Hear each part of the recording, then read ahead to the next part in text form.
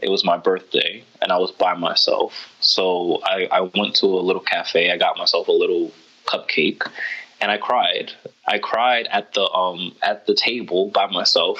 Tried to be very incognito about it because that was the height of my anxiety, the height of my depression. I'm like, I'm by myself. I don't have anybody. It's time to open your mind and expand your empire. You're listening to The Ted Huff Show. Join in for stories that embrace imperfections and become the inspiration you need to achieve true greatness in your life through actionable progress in the pursuit of self-discovery, self-improvement, and self-purpose. Where will your story take you? Now let's get it started with the man himself, your host, Ted Huff. Hey, welcome to episode 19 of The Ted Huff Show. We have Rahkim Sabree on. He's an author, mentor, and co-founder of the nonprofit An Extended Hand, focusing on ending homelessness through community outreach. As a child, he was told anything is possible. And until working at a supermarket, witnessing people paying cash for groceries, he had only aspired to living on food stamps and in Section 8 housing. In this episode, you will learn why believing you can do anything is not enough, and how self-reflection set Rahkim on his path to mentorship. Hey Rahkim, I appreciate you joining me on this Ted Huff Show today. This is something that when you and I started talking, I was super excited about, especially about the things that you've got going on and how you're helping people. So for those who don't know Rahkim. Sure. So again, Rahkim Sabree. I am a millennial, author, entrepreneur.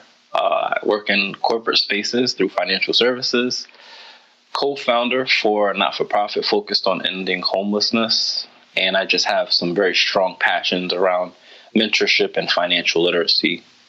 A lot of that comes from my upbringing, the experiences and influences of having a poverty mindset. So aspiring to be poor, as I like to say, when I start talking about, my passion in financial literacy.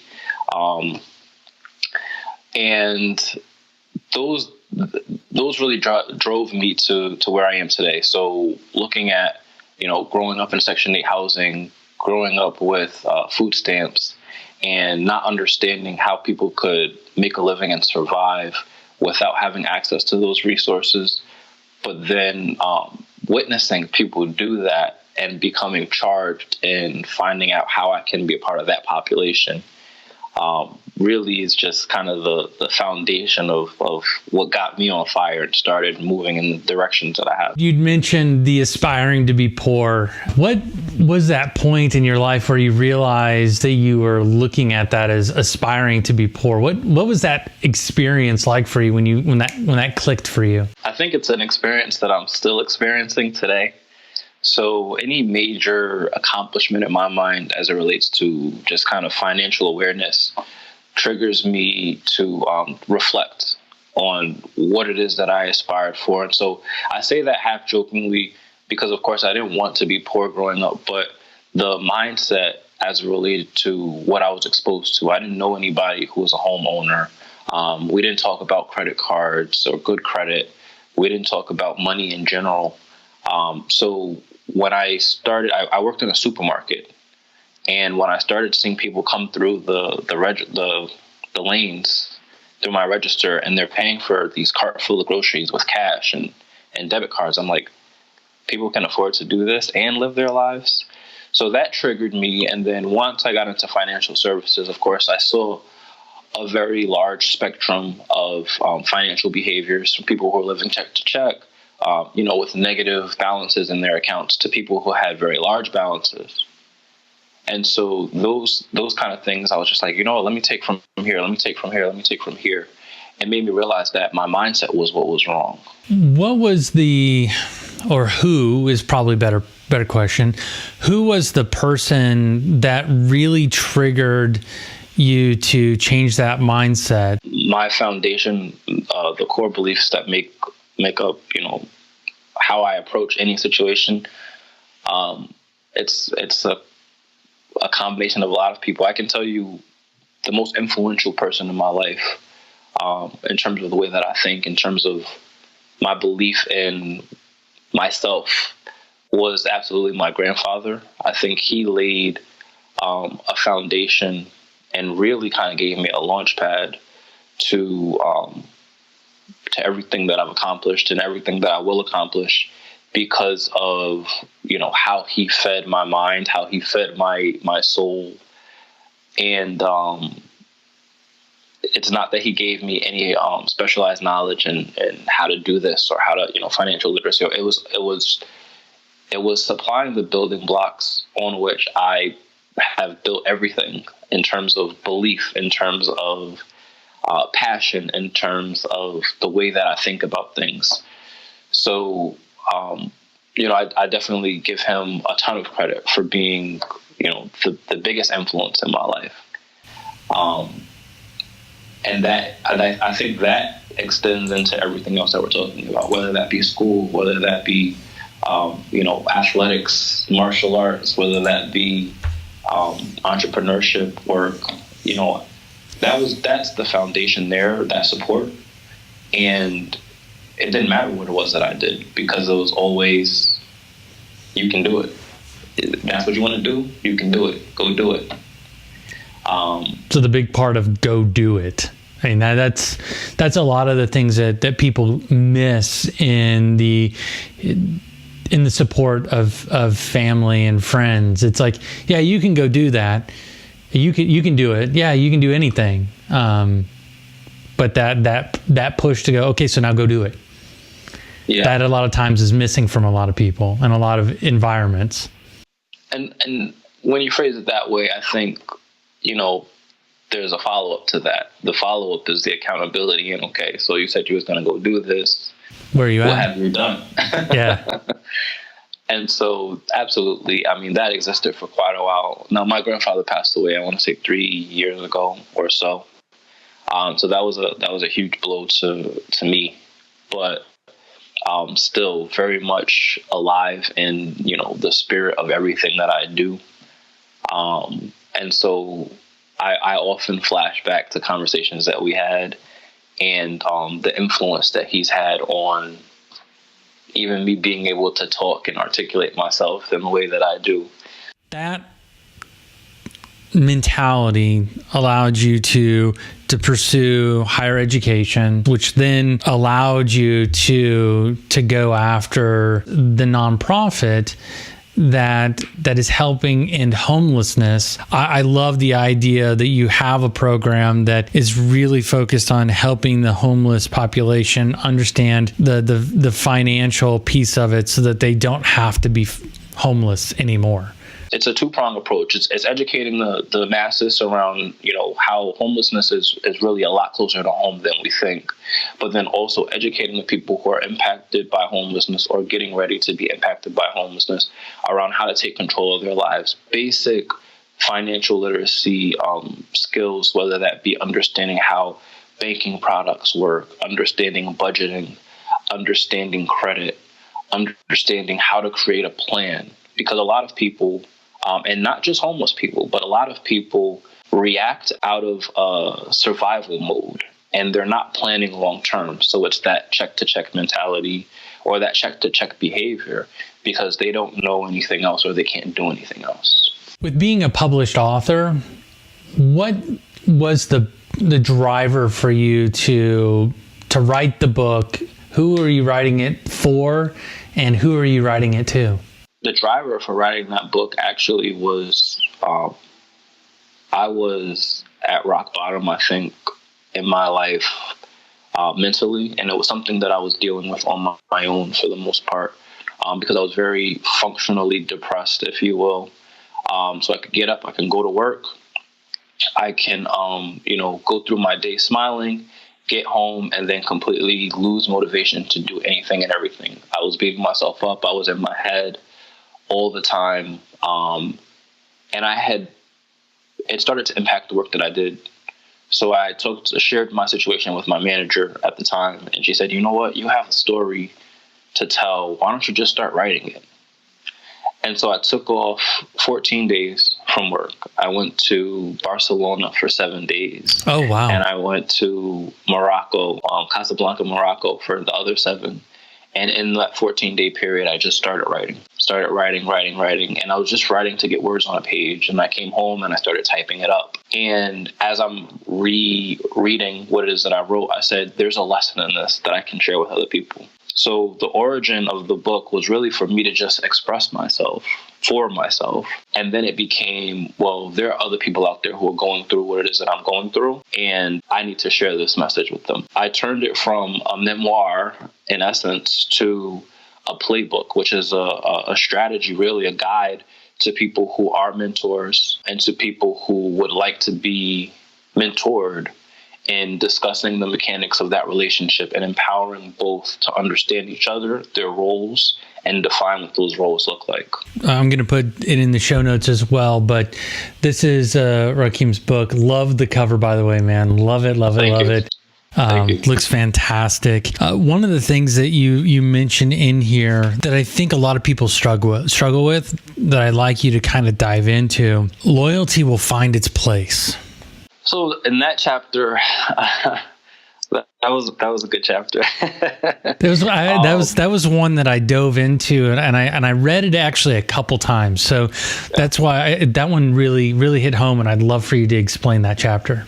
I think a lot of times the foundation of the need for mentorship is to fill a void, and strategizing, or rather in positioning the value that mentoring has, particularly in young men, because I can speak to that experience. Loyalty almost has a connotation associated with like obligation, like, because this person is doing this for me, I need to do this.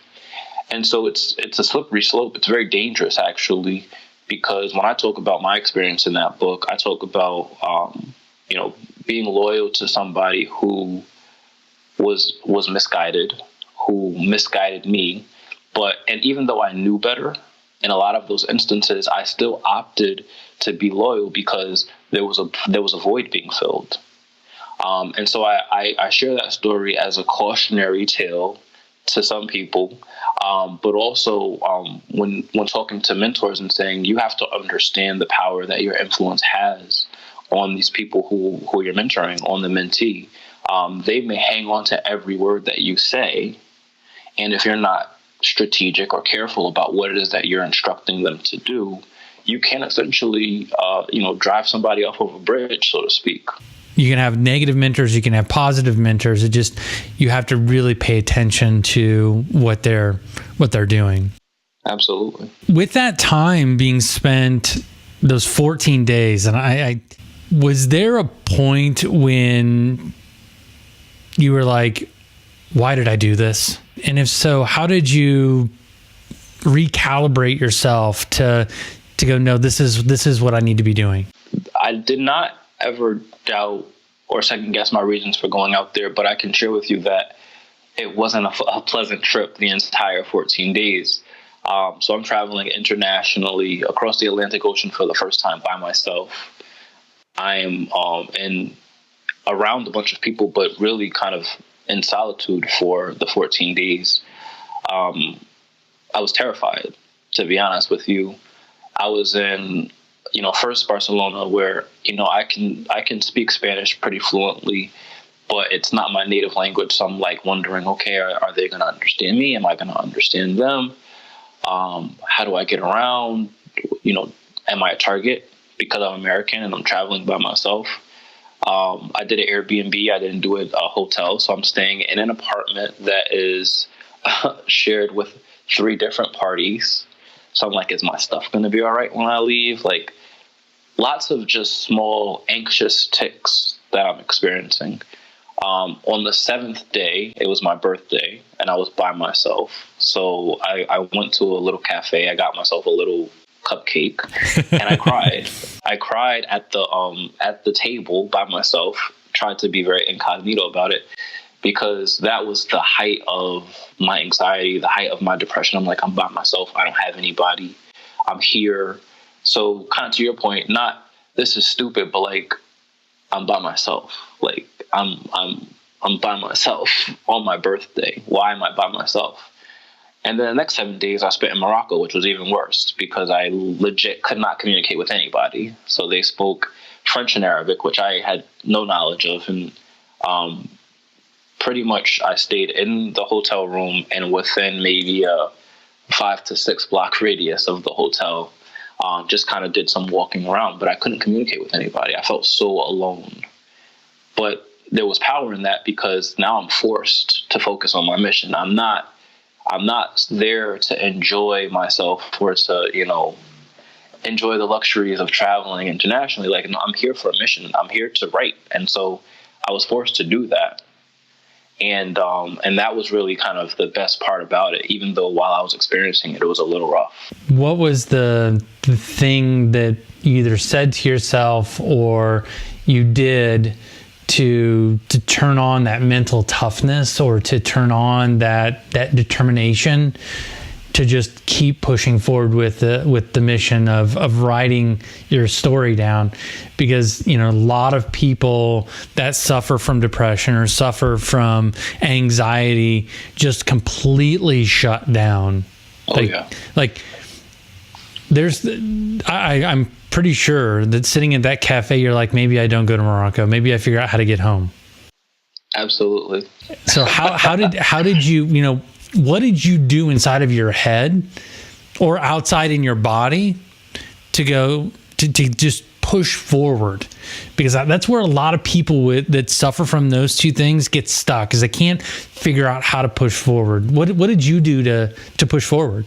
A couple of things. So not everybody that knew I was traveling knew why I was traveling. So there was no sense of obligation to other people, but there was absolutely a sense of obligation to myself. And I thought about how disappointed in myself I would be for ending my trip early, for wasting the money that I spent to go out there, for not completing my mission. And at the end of the day, especially when you're dealing with something like depression, you're dealing with, yourself. You're only accountable to yourself. And that was key learning for me in that experience, is that I'm accountable to me. It doesn't matter what anybody else thinks. It doesn't matter what anybody else says. I came out here to do something.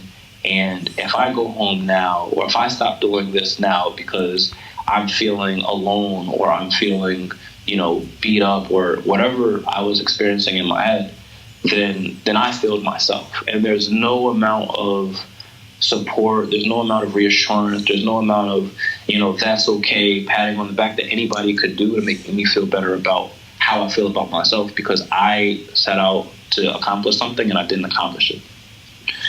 So that was me, kind of kicking into gear and saying, look, like, get it together. You're here, ride it out, do what you have to do.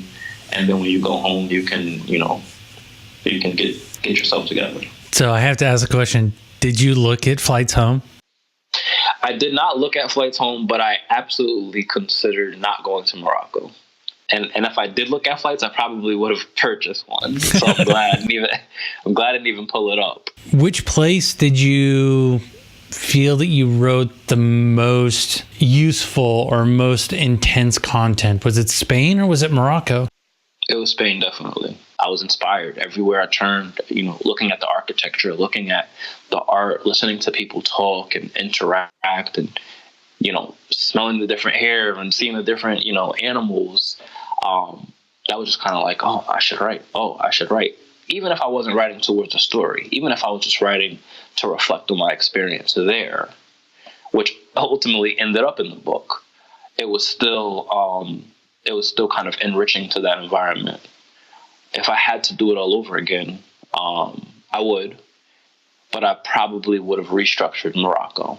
I probably would have been a little bit more prepared going into that experience. From that experience, what have you learned that helps you fight that feeling of overwhelm, that feeling of anxiety, I guess you would call it, or just when you start to lose focus? What have you learned since then that you use as a tactic to recenter, refocus, and just execute? From my perspective now is thinking about all of the people that I can influence and the people that I have influenced.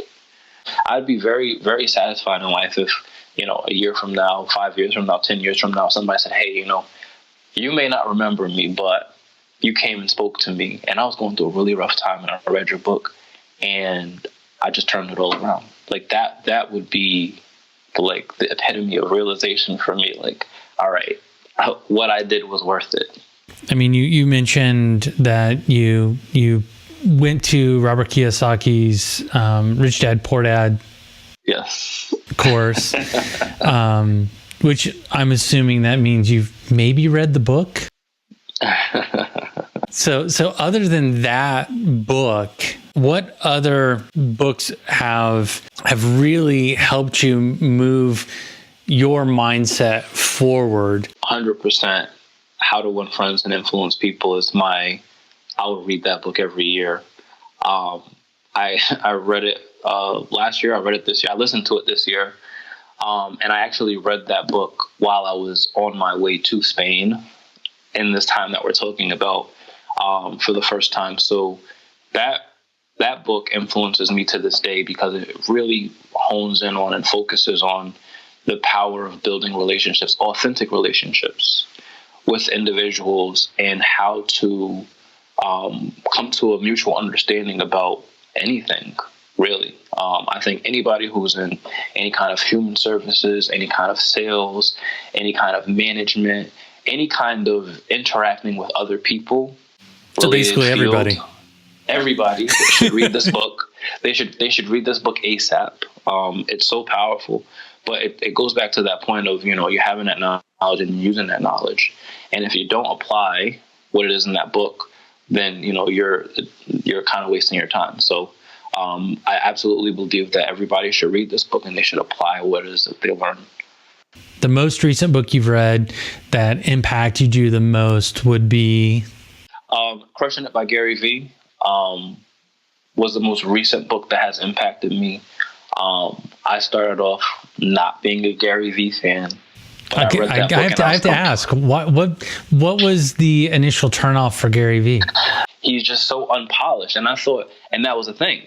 I thought that in order to be influential and in order to be successful, that you had to have a certain polish about yourself that I was not seeing in him. And I was just like, this guy is just like, he's trendy.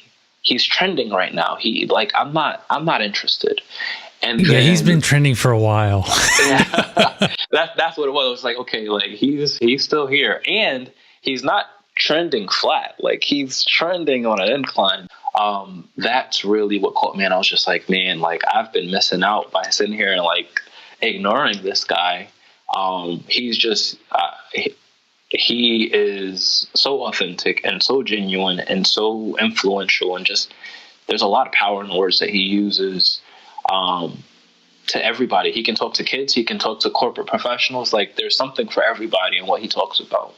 And so when I think about my social media strategy, Gary is at the foundation of that as well. What have you learned from Gary Vee's book that maybe you didn't know or think about, or how did it change your perception? Well, I purchased the book because it was highly recommended in terms of social media strategy. And I know he's like a guru when it comes to content generation and that sort of thing. So when he breaks down each platform and how to use that platform to maximize your reach and maximize your effectiveness, that was the biggest takeaway from me. This is going to sound like a bit of an oxymoron, but what would you say is your favorite or biggest failure / setback that you feel sets you up for the big growth or the success that you've found thus far? My favorite is definitely the Rich Dad training that I participated in. But ultimately what ended up happening was I invested in their advanced training, and I wasn't in a place to execute on all of the strategies that they talked about. Ultimately lost all the money that I had saved at that point in time with the intentions of buying my first house. The reason why that's my favorite, though, is because they taught everybody in the room how to raise money very quickly. The lessons that I learned in that fundraising and use that to propel myself forward from a credit perspective. Use that knowledge to understand how the credit game, as I refer to it, works. I don't mind sharing that I checked my FICO 2 days ago, and I was at 817. Dang. Ooh. People are happy when they hit 720, but man, man, you're in the 800s. I never thought that I would get into the 800s. You know, like I said, growing up, I didn't understand what credit was like. And then once I became conscious of credit, I was in like the low to mid 600s. So when I jumped into the 700s for the first time, I'm like, yeah. And the mid 700s, and I'm like, okay, like this is considered good credit. High 700s, I'm like, okay, it's not going to go much higher than this. So when I saw 800 for the first time, I'm like, I'm at the cream of the crop credit there. And yeah, it's what is it, like less than 2% of the population is at 800? Probably. It's a very low number.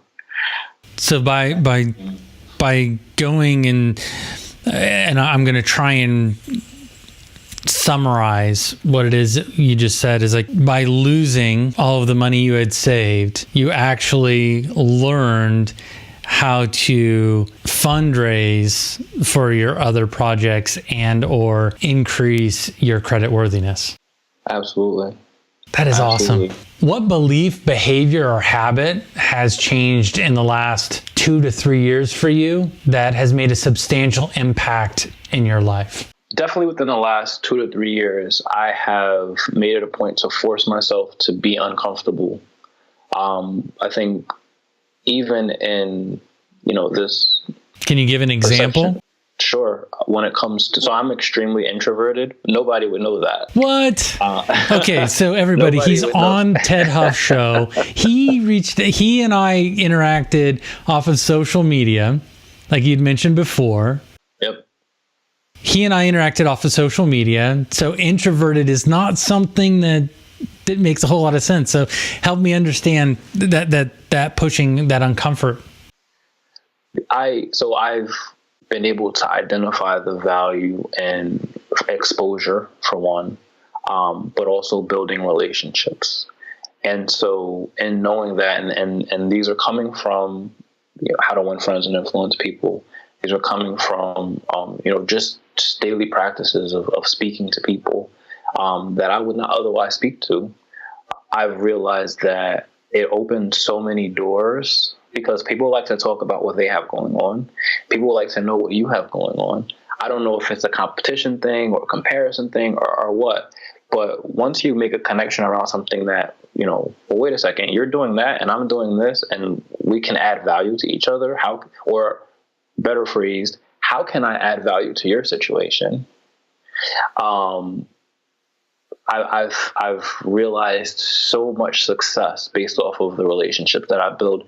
And so I challenge myself, even in rooms full of people. So, I speak, rooms full of people that I'm extremely nervous. And I'm like, oh man, like everybody's going to be looking at me. Everybody's going to be listening to me.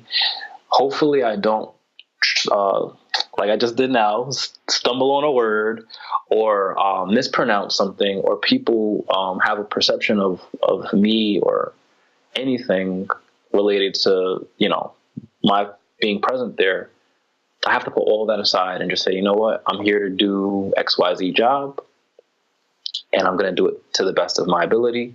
I'm uncomfortable. I'm sweating. I'm nervous. My heart is pounding in my chest, but I'm going to do it anyway. And within the last definitely 2 to 3 years, that's something that I challenge myself to do daily. I get phone calls, I get emails, and people are like, hey, saw your business card at this place, wanted to follow up with you. And I'm like, am I gonna be prepared to add value that they're looking for? But I always pick up the phone. I always make time, even if I don't think that there's going to be value. I always make time. We talk and I say, you know what? I don't think that I can add value in this situation, or I do think that I can add value in this situation. Let's work. Right. And that's a non-negotiable for me. Absolutely. Rahkim, before we close out, I want to make sure that people can walk away today with 3 tactics that can help them be a better mentor, better mentee, or just an all-around better person, what 3 things would you suggest that people start doing immediately after this show? What I've adopted as a non-negotiable, put yourself in situations that you're uncomfortable, because that's where the most growth is going to occur. So whether that is speaking in front of an audience or speaking to somebody that, you feel maybe you should not be speaking to, in terms of, if we're looking at it from a corporate perspective, in terms of level, if you're looking at it from any perspective, really, just get out there, make yourself uncomfortable as possible, because that's where the most growth is going to occur.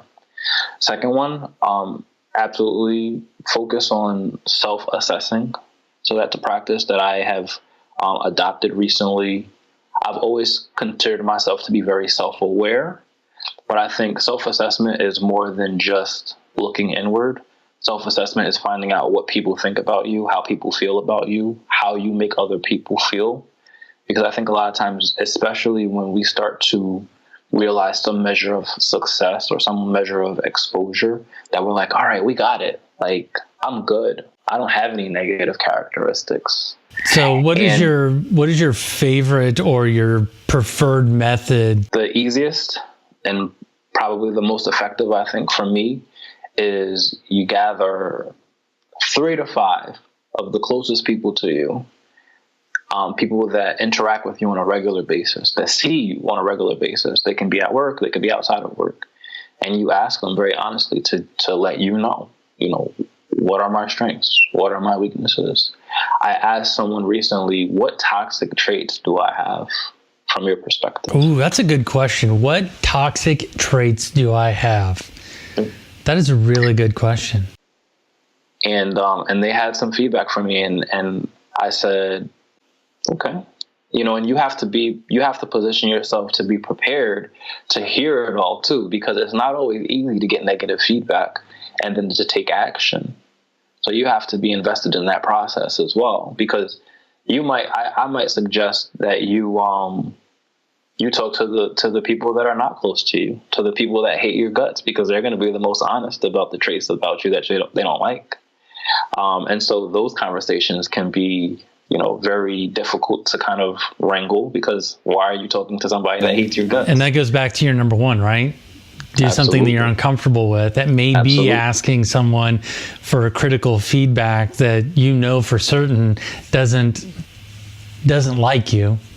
Right. So how does that set us up for number 3 then? Number 3 is a practice that I don't do enough, but I think I do it very consistently. Writing down your goals. There's so much power in first determining in your mind what it is that you want to accomplish, right? But then speaking it or writing it down on paper so that you have accountability to say, okay, you know what? 5 years ago, I wrote this down as something that I wanted to accomplish, and here it is. Did I accomplish it or not? And this is not to be kind of confused with like the New Year's resolution trends, because it's something that you can do at any point during the year. And it's something that, you're invested in making happen. So it's not, okay, well, it's Monday, I'm going to start a new diet. It's, okay, 6 months from now, this is what I want to accomplish. How am I going to get there? A year from now, this is what I want to accomplish. How am I going to get there? 5 years from now, this is what I want to accomplish. How am I going to get there? And I shared with someone recently, I said, I haven't gotten where I am in life just by letting life happen to me. I find that most successful people are successful because they have a plan that they're adhering to, not because they got lucky, not because, they tripped and fell and they found $1 million, but because they have a strategy. You mean there's no success fairy? There's no success fairy. And I tell my mom this all the time. We joke about playing the lotto. She's like, we have to go buy these tickets. We have to go. And I said, I'm not meant to be wealthy in that way. Because I know that if I'm meant to become wealthy, I'm meant to know how I got there, so that if I was to ever lose that wealth, I would know how to get it back. Yeah. Do you use any specific method? Do you follow, is there a particular goal setting process you go through? Is there and what I mean by that is like a bullet journal or something of that nature that you go back to over and over again that helps you work your way through it? Do you use tools like that? I'm very visual, so I have 3 dry erase boards, cork boards, all kinds of journals. I would definitely recommend, and I do recommend to everybody that I mentor, that they buy a journal. They could get a composition notebook, or they can get a fancy journal that costs $20. Whatever it is, buy a journal, and then you start writing down what those goals are. Hold yourself accountable to that, because you go back and you look. I've kept journals since I was in the 6th grade that I still have to this day. So I can look back and say, oh, this is what I was thinking back then. This is how I was feeling back then. This is how I've changed, to measure that growth. And the journal doesn't have to follow a particular structure, but I usually recommend definitely writing down those 6-month, 1 year, and 5-year increments, because that's where you're going to see changes occur. Rahkim, setting the goals and writing them down is a really big piece, and it seems to be a very common thing that has been said on the show, and I'm glad you bring it up too, because repetition is super, super helpful for everybody to hear and see that, especially for myself. What is the best way for people to reach out to you, learn more about you, learn more about your mission? The absolute best is my website. So it's www.rahkimsabree.com. So that's RahkimSabree.com. And then I'm very active on social media, Instagram in particular. So my Instagram handle is Unlimited Investment Inquiries. And I'll definitely have that in the show notes. Guys, show some love for Rahkim. Go out, go to Amazon. I will have links in the show notes to pick up his book. It is a quick read, but it is full of great information, nice reminders for me. I've read a lot of books, and this one just reminded me of a lot of things that maybe I had left out over time. But definitely click on the link in the show notes, pick up the book. You won't regret it. Rahkim, I really appreciate you being on the show, and if there's anything else I can do for you, let me know. Thank you for having me. That's it for this episode of The Ted Huff Show. But we know you're wondering where you go from here. TedHuff.com makes it easy for you to get notifications for new episodes, specialized contests, exclusive giveaways, and upcoming events simply by signing up for our mailing list. You'll get access to all this and more by visiting TedHuff.com. That's TEDDHUFF.com. Until next time, open your mind and expand your empire right here on The Ted Huff Show.